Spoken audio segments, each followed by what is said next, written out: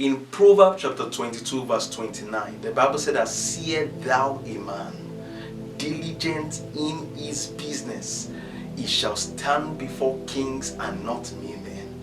Now you see, one of the things that can determine where you will be in life is captured in this verse. One of the things that can determine your stand, whether in life or in destiny, is captured in this sentence. It says, "Seest thou a man." And so this verse is majorly used in terms of diligence, in terms of those that are working, hardworking and all that. But you see, no matter what you do, whether you are in business, you are offering a service, or you are releasing a product to the market, whatever you are doing, whether you are pursuing your career, whether you are learning a skill, one of the greatest thing you can do for yourself is the power of sight. He says, "Seest thou a man." And so who sees what you are doing matters a lot. Not just how many people see, who sees what you are doing matters a lot. Because, for example, to a person that is in the business, you can bring out your product and then 100 people see it, but there are 100 people that are not interested in what you are doing. So you can have views, but yet you still don't have sales, because there is no power of sight. So it means that visibility in the wrong direction will lead to frustration.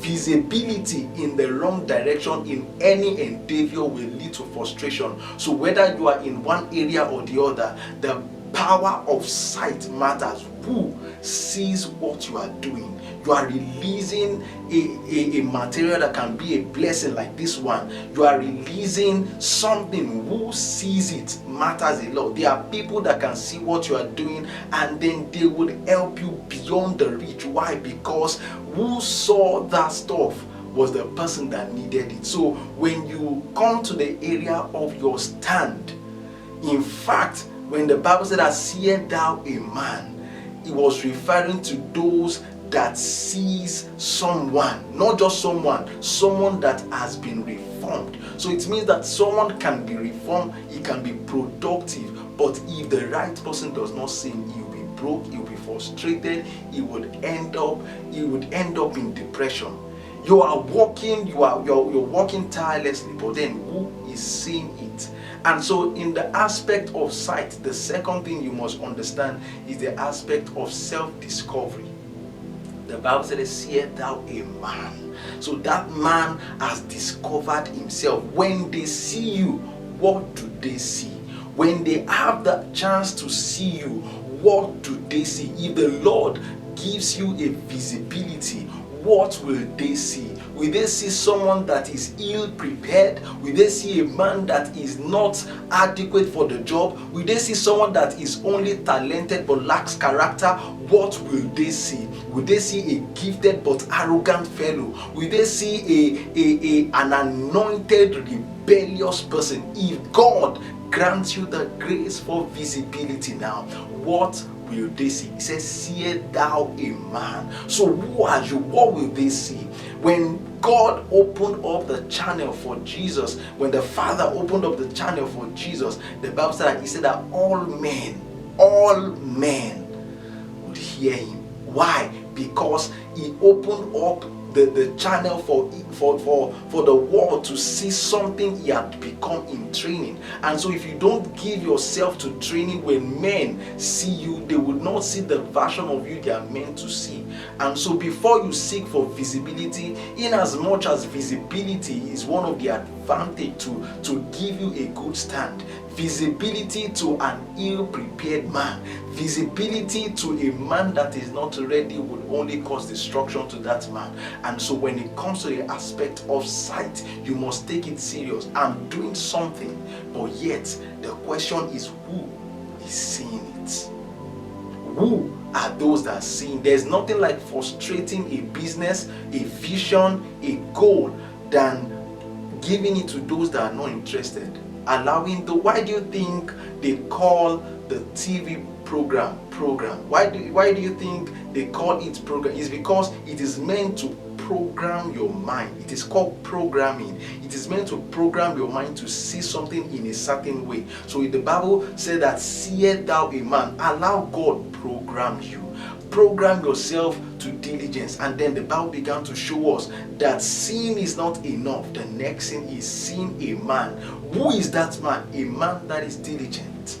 And so who is a man that is diligent? What does the capacity of diligence mean? It talks about one that puts a lot of effort in doing something. Someone that is persistent, someone that is careful in terms of effort, careful in terms of contribution to a particular cause, to a particular task. You see the whole effort, you see painstaking effort, the ability to give into something, even though you are pained by it, you are still giving it. It is called sacrifice to some. And so you are giving that sacrifice and you are consistent at it. The Bible says, seest thou a man that is diligent. So every diligent man without sight can be frustrated.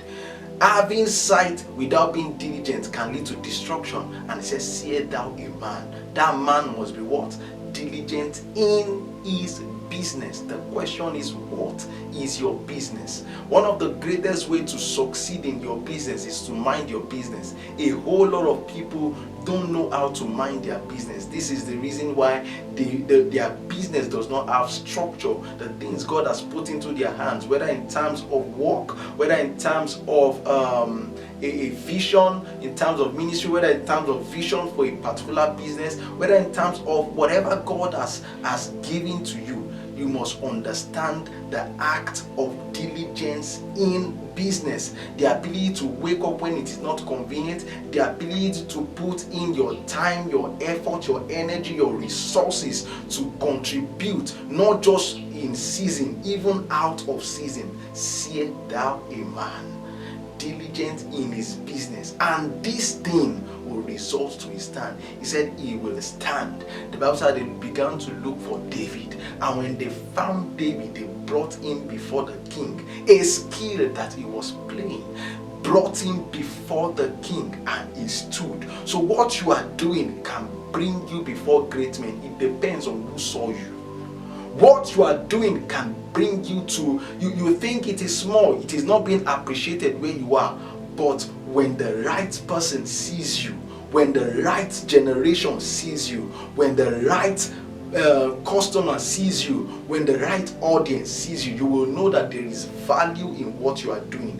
When you are doing it, it looks rough. When you are doing it, it looks like there is no motivation. When you are doing it, it doesn't speak much. But when the right people see you, you will understand that there is value in what you are doing. He says, seest thou a man diligent in his business, he will then bring him before him. Do you know that he said that even though there is no room, your gift will make a room for you? And so, seest thou a man that is diligent in his business. One of the things that will happen to him is that he will have a stand. Do you know why he will have a stand? Because he has understanding. So understanding gives you standing before men. Understanding gives you standing before kings. He has understanding about the power of sight, about attention, because wherever attention goes, transaction goes.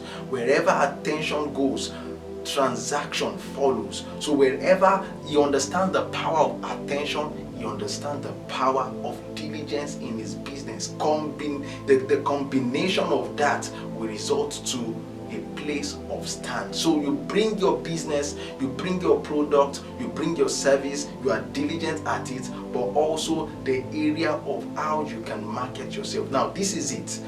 You must understand that when it comes to visibility, there is a limitation to what you can do. You must understand the place of technology. You must understand the place of man's effort. And you must now recognize the place of God's effort. Now you don't try to do the visibility beyond your effort, else you will lead to frustration. Allow God reveal you. Allow God do his work. You do your own part and let God do his own